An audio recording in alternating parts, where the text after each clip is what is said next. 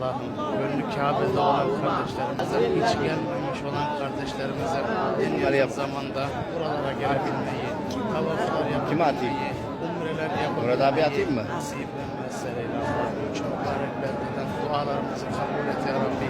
Sana yalvarıyoruz, sana yakarıyoruz Allah'ım. Bizler buralarda boş çevirme ya Rabbi.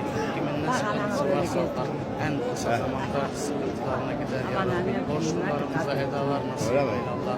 Hastalarımıza şifalar nasip eyle. Dertli kullarına devalar ihsan eyle ya Rabbi. Günahlarımıza affı mağfiret eyle Allah'ım. Bizleri senin rızana uygun yaşayabilmeyi nasip eyle ya Rabbi. Ya Rabbi. Genç kardeşlerimize İslam şuuru nasip eyle. Kötü yollardan iyi yollara dönebilmeyi nasip eyle. Ya Rabbi bizleri cennet-i alâda, Firdevs bahçesinde Resulullah Efendimiz Aleyhisselatü Vesselam'a kavuşayım Allah'ım.